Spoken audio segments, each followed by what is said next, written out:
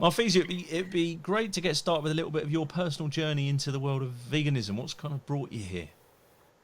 Okay, so I started about 2 years ago. First of all, I was pescatarian for a long, long time. So I give up eggs, I give up all the dairy products and everything else. But fish, it was really hard for me to take out from my diet because I grew up in Italy and I had fresh fish every day. The concept of veganism was always in my mind, so about animal cruelty and all the other stuff. But it was hard, I'm not gonna lie. But I really forced myself, and look further, so not just being selfish about what I like and see on my plate, but in general, see all the why. So slowly, I tried to give up fish, and I did 2 years ago. And yeah, it wasn't easy, but like I said, it's always the why, yeah? So that's the importance. So after let's say the food, all the food that I take it out, I try to start to change my lifestyle in general and approach more on the vegan side. So more about environmentally choice, about maybe product, hygiene products, all the stuff that I didn't know that was, for example, tested on animal, and all the stuff that we don't really think about it on a daily basis, but they're there and they're used by animal product or byproduct. So yeah, so I took these big choices.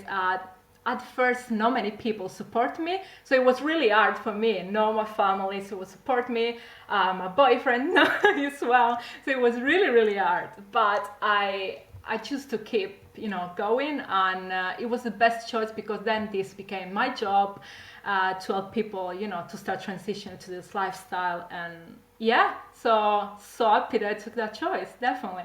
I mean, we absolutely need to come on to the health and fitness side, but before we do, just I'm really interested. You said that you kind of had this sort of this feeling about animal cruelty was in your mind long before going vegan.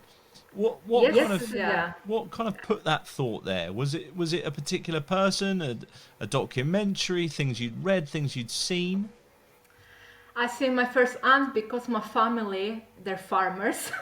I grew up in a farm all my life, and even when I was eating meat, I really felt sorry. So it was like, okay, brought it to me since I was little, and it was always around me. As a farmer, all my family, they basically, killing animals. So I didn't want to see that, but it was really hard choice because I was there 24/7. So when I grew up and then I moved in my own place and all the other stuff, I really think about that. I got a choice now, so I can change. I can make that decision. So I did. And then when I ultimate took the choice to completely swap to vegan, it's because I did lots of research, look a lot of documentaries, and yeah, that's why basically. So, I mean, I can only imagine like when you've grown up in that, right in that in the heart of that kind of culture in animal agriculture, around you day to day. I can only imagine that there must have been fairly big resistance from your family when you said not. Well, I'd imagine there's probably resistance at pescatarian, let alone at vegan. Yeah, absolutely. Yeah. Still now, like my family, they're accepting now. But every time I go back to Italy on my holidays, they're still trying to like, oh, eat is just a little bit of that, little bit of that. I said, why you give up eggs? I'm not killing my chicken for eggs. And then I try to explain to them. They say, stop, it's too much. I don't want to know. We grew up like that. They think about it, it's wrong, but because they've been doing it all their life and they're basically the main income, they're thinking that they haven't got the other choice to stop and do something else. So it's like really old mentality that it's really hard to change. So yeah, yeah. And and obviously you've learned a huge amount from a health perspective about veganism. I'm just intrigued as to the sort of the perception of Italian culture, the Mediterranean diet, is it's the healthiest diet in the world. Yeah. So I could imagine, did that cause an extra layer of resistance when you were trying to tell folks back in Italy that this is a healthier way to live, and they're kind of were they sort of almost resistant from the point of view of, well, actually, you know, the Mediterranean diet's the healthiest. I mean, it must be, you know. Was there any of that resistance? There was a lot of that resistance, especially for, we all know about protein, right? Because like my mom and everybody said, where are you gonna get the protein for? Like vegetable? Try to explain to them there is no vegetable in fruit that you can eat in a vegan diet, and all the other stuff related to it. So it was really hard. And like I said, even now, they still continue to tell me like, where you get your protein? Especially because when I start lifting weight and, I'm trying to become a bodybuilder, so that's my passion. So they all saying, you cannot do it, it's too much, and you need to eat a lot to achieve the same kind of protein source that you have from the meat or calorie, so yeah, it's really hard, especially because I'm coming from South Italy. So let's say it's a bit more old-minded there, respect from the North, because the North is a bit more industrialized, so there is a bit more of open mind, but the South is still kind of really old-minded, so it's difficult, but yeah. I can only imagine. I can only imagine. Yeah. So I was going to ask that question. You've kind of answered a little bit of it there, but it'd be good to sort of hear a little bit more about, the rise of veganism in Italy. You mentioned there's a bit of a north-south divide. Over the kind of couple of years since you've been vegan, on visits home, etc., have you seen more and more options kind of popping up? Are you seeing, the same sort of level of rise of veganism, or is there quite a resistance because food and particularly omnivorous food is so at the heart of the culture? Yeah, so definitely now they're going back often, before the COVID hit. Yeah, I definitely see like on the supermarket more choice. So you will find tofu, which before no one knew what it were, believe me, no one knew. And there is lots of choice. And I think people, they started to convert more to a vegetarian rather than veganism, just because they're still thinking you need to have your milk for the calcium and all the other stuff. So I'm seeing a change, but more on the vegetarian side than vegan. So like all people that I know, there is not a vegan in Italy that I know of. There is more vegetarian than vegan. But like I said, in the North Italy, there is more choice. You can find like tempeh and all that stuff. They're more accessible. There's still a big difference like on price. So you will find that it's really difficult to sustain the life because it's really expensive. I'm not gonna lie. If you want to substitute with meat substitute instead, like beans, yeah. So if you want to buy that kind of vegan stuff, is expensive. But of course, we all know that we can do on a budget with, beans and all the other sources that they are kind of cheap, right? Yeah, 100%, 100%. Where did your kind of initial passion for health and fitness come from? So I was a dancer all my life, basically. So I've been a ballerina before, I've been a break dancer, hip hop, and a Zumba. First I was Zumba students.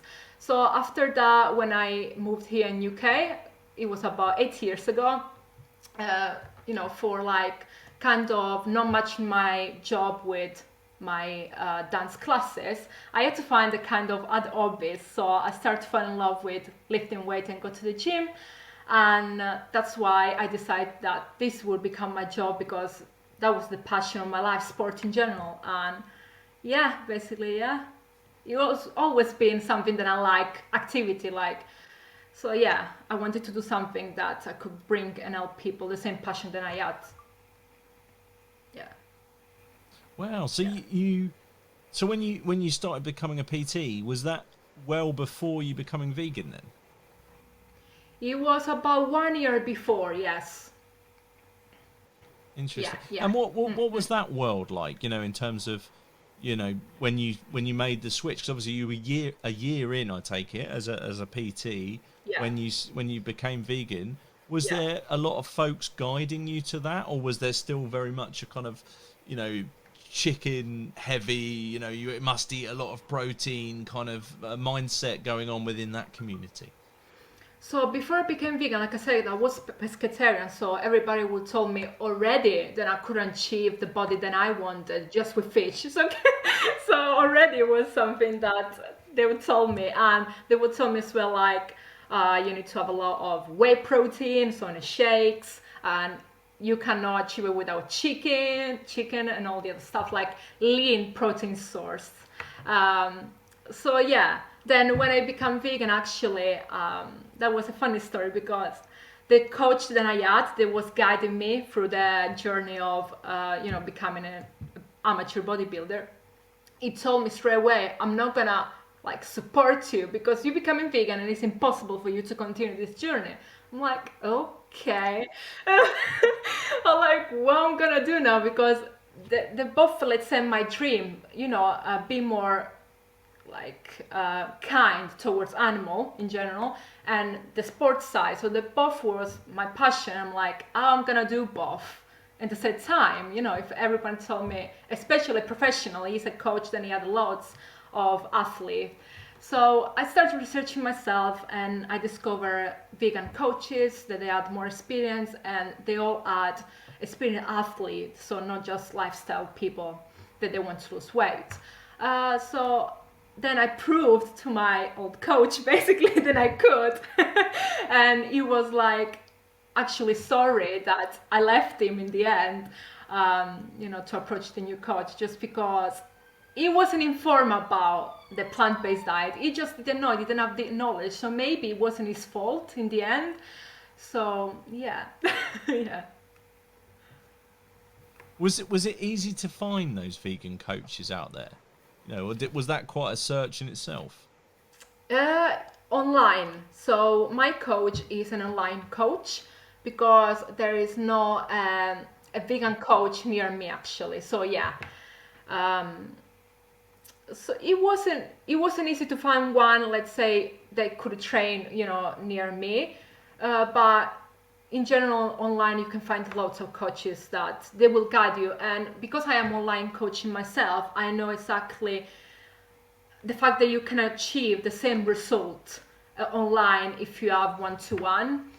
Because I had already the basics, so I knew the basic of the exercise, the basic of nutrition, so I wasn't newbie to this. So you can definitely achieve the same goals, yeah.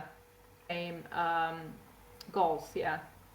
And what was the relearning process like for you? Because the myths of what you need to eat, you have to have animals in your diet, etc., in order to be fit and strong, particularly in bodybuilding. What was that learning process like for you? Where did you go? Was this purely like online searches? Was there, particular kind of sources of information you sought out? Yeah. So luckily I love to cook. So luckily for me, I love to learn new recipe, a new way to cook. And I'm not gonna lie, in the beginning, like when the first time I tried tofu, I'm like, oh no, how I'm gonna eat this? And I'm like researching for YouTube and reach out to people online and just ask them if they had any different way to cook, and just reach out to the community of vegan in general. And there's lots of like group on Facebook or website that you can look at, and they're all free source. So if someone like said they haven't got the resource to hire a coach, there's still a way for you to transition in to the plant-based diet. So I did a lot of research, tried to find new way to cook, for example, tofu in different way, not to be blended, not to be the same every day. Just try to experiment. And because, like I said, I'm lucky and I love to cook, it was actually fun for me to learn how to just different way of cooking and to see food. Because maybe before I would see food just like, just I was eating just to eat, and then when I start to think, oh, it's actually coming from plants and not from, an animal, I start really to appreciate every meal that I have and enjoy when I cook. Yeah, definitely. I mean, it probably sounds like a silly question, but from a point of view of hitting those kind of macros, if you like, getting the Yeah. right levels of protein and Yeah. and the right a balance between protein and carbs, particularly in the world of bodybuilding. How realistically now, I know we're advocates of veganism, but realistically, how difficult is that on a vegan diet versus on an omnivorous diet? Do you have to be that much more careful and more planned? Right. So if we're talking about calorie wise, so if you have a calorie to eat, no, there is not much different. You can achieve that easily. If we're talking about that you're really picky and you want to see carb source, protein source, maybe just a little bit, just because you need to be aware of certain plant-based food as more carbs than sort of some animal protein source. So if you are a bodybuilder, yes, just because you need to be a bit more careful on the carb side of the product.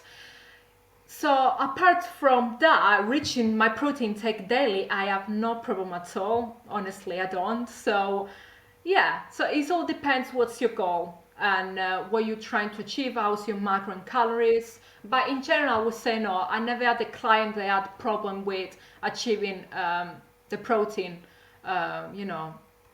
or calorie intake. No, I never had this problem. No. So. And what are the kind of the go-to sources that you recommend to clients? But and I suppose let's start with that from if you're kind of on that bulk, if you like. So you've got enough, you've got as many calories as you want to play with. What would you typically recommend? So definitely, if you have a low calorie to play with, I would definitely recommend like avocado or bean sauce, all this kind of stuff that you can feel full, but they have lots of carbs and calorie.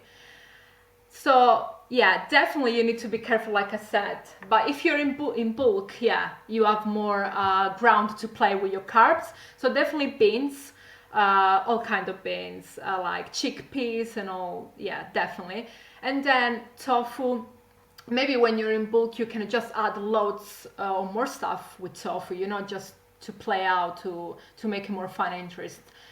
So definitely. So when you cutting, then is all another thing, because like I said, you need to be more careful. So when I'm cutting, for example, I'm choosing tempeh tofu because tempeh is one of the protein source that has lots of protein in just 100 grams, and then it's not heavy. So if you choose, for example, beans, you need to eat a lot, or not a lot, but more than a tempeh to reach the protein content that you need. So definitely tofu tempeh is my main, and then beans and all the other stuff when you're bulking, yeah, definitely good. Yeah, I can imagine like not only just the calorie density of some of those foods you talk about, but also just the how satiated you feel. That you're so full on eating some of those beans. As I can imagine when you're trying to eat that quantity, that can be a challenge for you too, right? Yeah.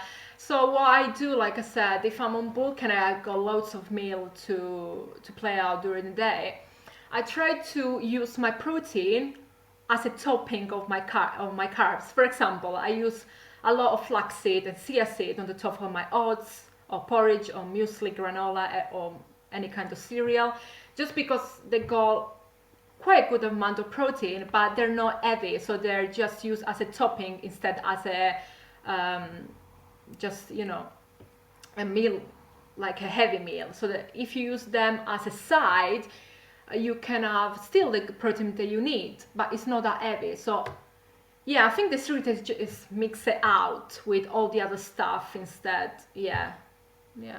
Typically, just out of interest, and this thought has just occurred to me, but typically Yeah. are vegan bodybuilders, would you say, and I'm talking from a micronutrient point of view here, would you say they're probably healthier just because they are eating so much more variety in order to hit the same numbers, as opposed to someone who's got the option of just eating a lot of chicken as an example, or a lot of whey protein, for example? Would you say that's true? Because I'm just thinking, as you mentioned there, you've talked legumes, you've talked tempehs, tofus, chia seeds, flax seeds. There's density in that. Would you say that's typically true, or does it not necessarily play out like that? I would say they all depends, but relatively yes, it's healthier just because all this kind of food they got more of the minerals, the fiber that if you're on a bulk you really need to make sure your digestion is on point. Because when you are on that high quantity of food, and let's say you eat a lot of chicken, you haven't got the fiber, mineral, and all the other nutrients that you need to digest that food well. So you will feel like bloated and sluggish just because there is so much amount of food. Then when you bulk in, you really need to be careful where you take in the sources, because your metabolism will slow down. More food you have and more your metabolism will slow down, just because it needs to digest and convert all that food then in fuel. But because there's so much of that food, it cannot convert all the fuel, so sometimes it converts that in fat. So if we play out on all the vegan lean protein source, we make sure that they all absorb and digest it well.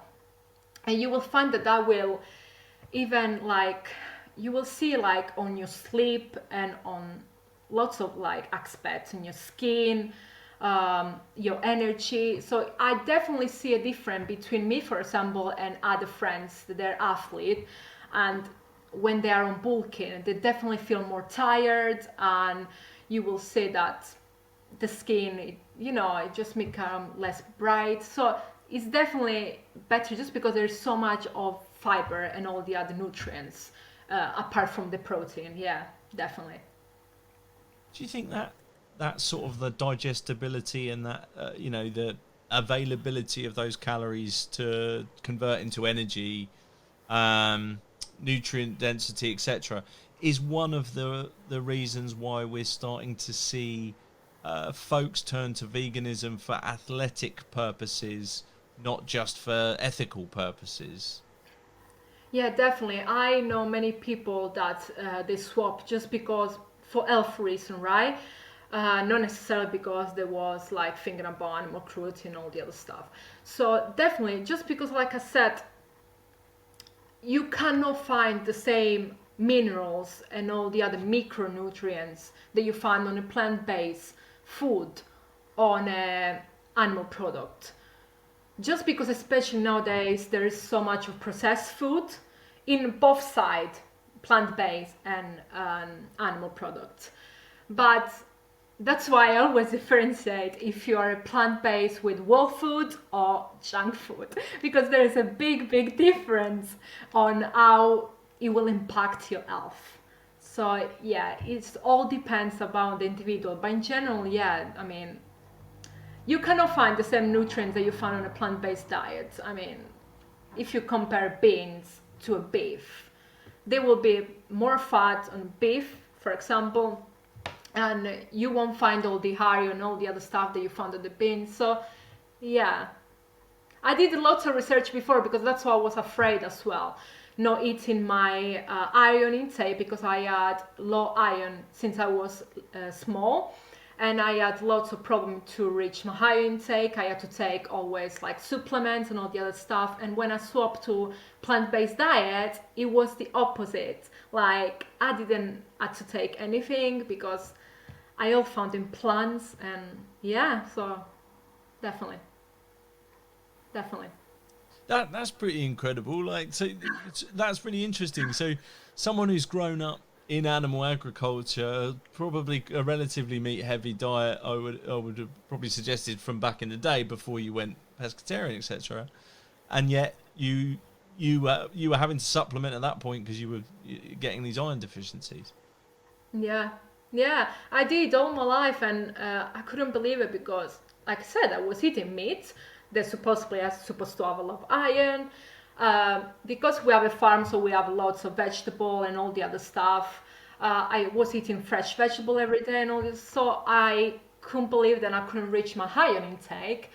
And when I wanted to swap, of course, to a plant-based diet, everybody told me, now what you're gonna do? You're gonna become 100 times worse, and you're gonna be ill and all the other stuff. And yeah, so like when I check, because I have a blood test every year just to check, I did before, became plant-based, and I do now just, for a health check. And I never had a problem anymore. And when I told, like my doctor and all the other people that I was vegan, they just couldn't believe it. So yeah. So yeah. That's a fascinating topic there. The blood test bit. So you've been doing blood tests on a regular basis, sort of before and after going vegan. And you mentioned so you mentioned there that doctors have been shocked by the iron and the fact that you've got no problems as a vegan. Have you found you've had to look at other levels? Was there anything else that you kind of needed to watch out for?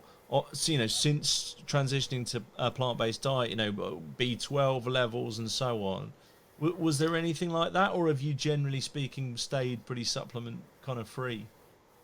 So I was supplement before anyway with vitamins, because I thought it was always a good idea in general. Doesn't matter if you're vegan or not. So when I stopped with my iron intake, and I just started to supplement with vegan multivitamins instead. And omega-3, I was doing it before, but now I have vegan omega-3. So on my blood test, apart from the iron, I didn't have no change because all my level before on all the other nutrients and everything else was fine. And they did stay the same.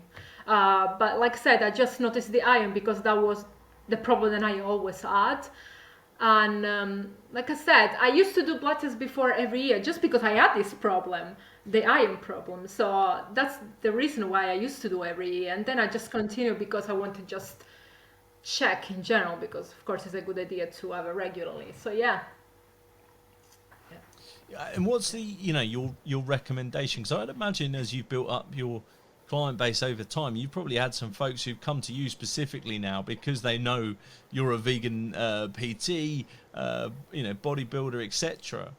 Like, do you, is there a kind of set of vitamins, minerals that you would suggest to anybody undertaking, either this diet or any other diet that they take to keep in sort of good health? So I definitely recommend, like I said, multivitamins, and then, well, definitely if I'm living in UK, vitamin D. We definitely need that. We need that. I didn't need that before, but yes, I do now.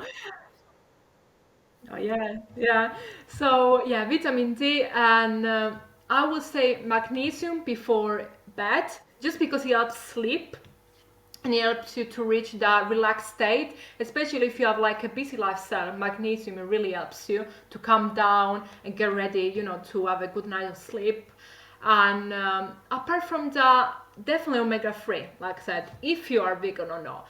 Because even if you're not vegan and you eat salmon every week and all the other stuff, you can still not reach the quantity that you need, just because now there is so much on the process of making the final product that you find on the supermarket.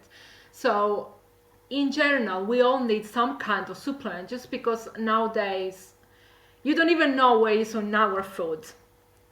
If we're vegan, so can we imagine if you are eating animal products? So it's definitely a good idea to supplement, and to making sure the supplement they are organic, and definitely I would say vegan, and definitely just because they're better for absorption as well. There is so many studies that they prove they're easy to absorb, and you will absorb all the intake that you find on the single pill. So there was a study about that I've been reading about a few months ago, that was the difference about the vegan supplement and not vegan. So yeah, so it's really interesting. So definitely supplement no matter what diet you are on, just because we really need it. If we were back on 80s, on before all this kind of product that we have now on the shelf, we definitely say no. But nowadays, we definitely need it. Yeah. Yeah, 100%. Yeah, I mean, even a dense vegetable diet is not what it was even 50 years ago. With what's gone on to the soil, etc. So yeah, I think that's really sound advice. Thinking about the, I want to go back a little bit. You mentioned, there's a couple of different approaches to the and the dietary side of veganism, or at least the plant-based, insofar as you can go down the kind of raw whole foods plant-based, or you can be quite into the junk food element. Yeah, yeah. From the point of view of like bodybuilding, from what you've seen, folks who've perhaps transitioned from an omnivorous diet where they were eating quite meat heavy diets, have you seen a bit of a tendency to rely on the processed kind of meat substitutes? And what is the nutritional profile of those like typically? Is that a concern to you from a health standpoint? I would definitely say yes, especially because many of the athlete or bodybuilding in general, they swap for health reason, like I told you before. So if someone is swapping for health reason, there is definitely more details when you're choosing the food. So if you compare to someone that is swapping just because it's against animal cruelty and all the other stuff, they won't really care about what kind of nutrition food they eat as long as it's vegan. So definitely athletes, they just pay more attention on what they put on the plate just because they're trying to eat as clean as possible, even if it's impossible to eat as clean as possible. But in some cases, however, to reach that calorie intake, they do have some of them junk food just because it's easier, quicker, and just less filling that, like we said, the beans and all the other stuff. So myself, my diet is 80% clean and 20% junk food, just because sometimes we all need it, and for various reasons. And second, because, like I said, it's convenient sometimes to reach to, I don't know, pre-made packages or other stuff instead to cook. So yeah, I would say if it is 80% and just 20% off with the junk food, it's not a big deal. But if you just having all junk food, then you will definitely not gonna reach the mineral and nutrition content that you need daily. So I would definitely say that in the beginning of someone swapping to a plant-based diet, it's easier to grab them junk food, because if someone doesn't know how to cook on a plant-based diet, doesn't know really what to reach for, it's just easier to buy them kind of products. But like I said, it all depends. Yeah. Tell us a little bit about your YouTube channel, because you've built quite a following on there. There's some amazing content, some great chats with loads of different folks. Be good to hear a little bit about where did that come from, and how have you kind of built that up over time? So yeah, so I started about 1 year ago. I actually started in the first lockdown. So I wanted to do this for a long time, but just didn't have much time to create content, because I want to create helpful content. So it took time to do the video and all the other stuff. So just because on the lockdown, many people, especially here in UK, I'm not sure there, but I think all around, they lost their jobs and all the other stuff. So not many clients can just afford to give me as a coach, for example, just because they lost their job or other reason. So I thought I'm creating free content that everyone can access and still be helpful. So I started to talk about different topics.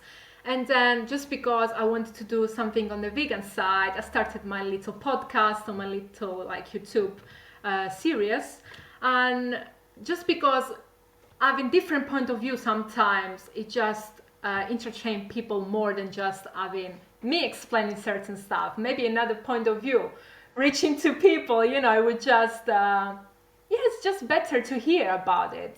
And hearing from people that are all successful on a plant-based diet is really important to have them good review. So yeah, I'm just really thankful of my subscriber and all my followers, just because, like I said, it's all free content that even if you're not plant-based, you can still learn. And if you have a friend or anyone that is plant-based, sometimes you don't know sometimes what you talk about certain subject. Sometimes people they just don't know certain things, that we take for granted, of course, because we're vegan. So it's good just to know in general. So why not just create this content? Yeah. And what's the response been like from the non-vegan sort of community in health and fitness? Have Have they responded to either the YouTube and the podcast interviews and so on? So there was half of people that it was really interesting to know about how I'm still able to, like I said, build muscle and all the other stuff. And there was some people that they like called me that I was a bit too pushy, too heavy about it, and they said, you know, you just talk about that and all the other stuff. But you all know that we all have like them people that just have them set in mind that they want to change any or anything else apart from their own conviction or their point of view. So we cannot do nothing about it, and that's why I always try to say on my video like that is my choice and just information that I put out there, and then the ultimate choice is always the people that's listening. So I'm definitely not gonna stop talking about it, because that's a lifestyle. It's not just, you know, something that I put out there because it's my job. It's just something that I believe. So how you believe in your passion, I believe in this, is the same thing. So I always say, if you don't agree or you don't like what you see, just don't subscribe, don't follow me, and we all have a choice to go in different sides to just, you know, see different contents. That's all. Yeah. Yeah, 100%. I like that view. Yeah. Thinking about lockdown, you know, it sounds like it's been pretty, you know, you've come to a place where you're pretty creative. You're very resourceful. You still want to get that information out to folks. But, you know, tell me a little bit about the journey of lockdowns, because, you know, from the few people I know who are in the health and fitness industry, this period of time has been incredibly challenging. And you've been dealt lemons but made lemonade, sort of thing, in your personal circumstances. But, you know, how have you come to that place? You know, tell me a little bit about the journey of it. So let's start to say that we're still unfortunately in lockdown and the gym is still closed.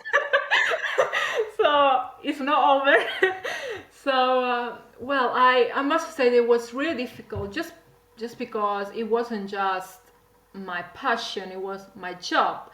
So of course when the gym closed and everyone had to find an alternative,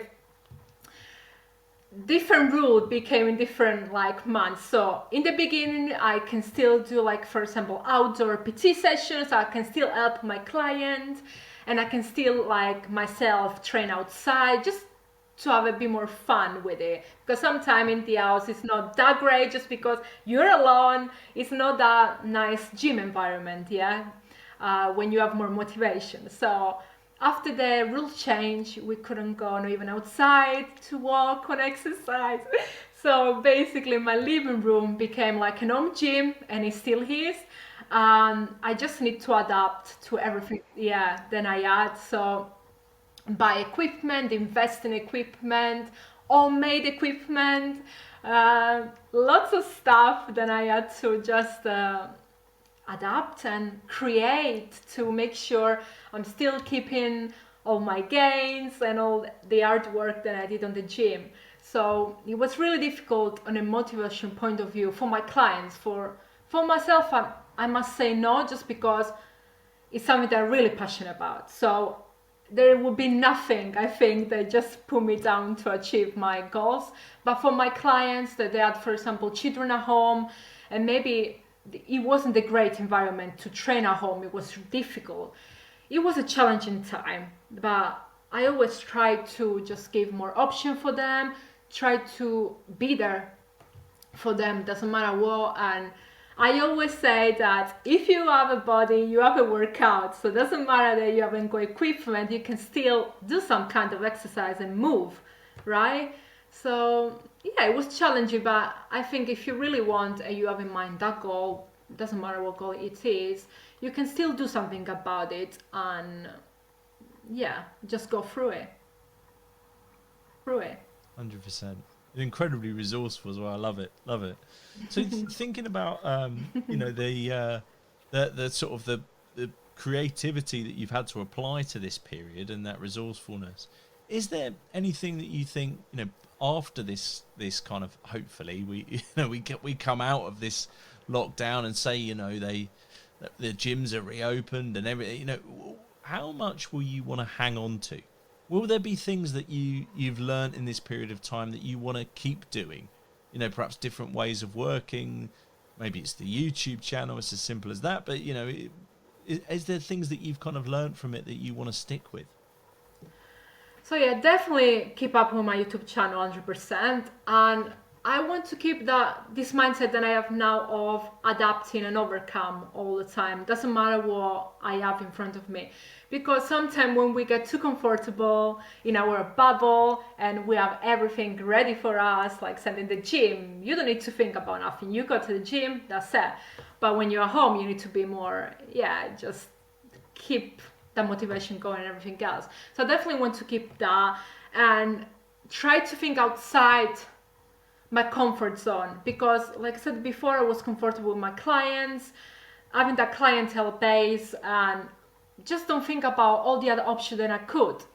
So when I went to lockdown for the first time, I just had to keep my option open, not just for my client, for myself, because I didn't have my bubble of like say gym buddies and all the other stuff. For example, I had to start to do all the other stuff, so I want to definitely keep all the mindset. I start to meditate, I start yoga, all the things that I never had time before to do, I did.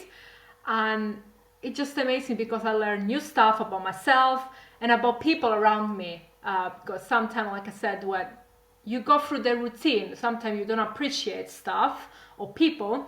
And so yeah, you learn a lot when you are in a difficult time. So yeah, it's always a learning curve, I think. I think probably one of those industries that's right up there from a point of view of adapting and overcoming is the health and fitness industry. I think folks who are PTs, self-employed particularly, like yourself, it's hard. It's been hard yards. So huge testament to you for being as positive and resourceful as you have been. And like you say, you're still there. So it's we've still got a little way to go. So absolutely, yeah. Well, look, it's been great chatting with you, Marfisia. It'd be remiss of us though to not tell folks where they go to find you. So I appreciate there's probably quite a few places where folks can see you and hear you and contact you. But it'd be good to hear where we can start. So definitely my YouTube channel, Marfisia Lanza. Then you can find me on my Instagram, the same, Marfisia Lanza, and then on my Facebook page, MarfitPT. Excellent stuff. Well, I'm going to pop some links in to all those great places to find you on the podcast notes. But yeah, it's been a huge pleasure chatting to you, and I thoroughly recommend everyone checks out your YouTube channel. It's full of absolute gold from a health and fitness point of view and beyond. So really appreciate your time. Thank you so much for having me. It was really great. Thank you.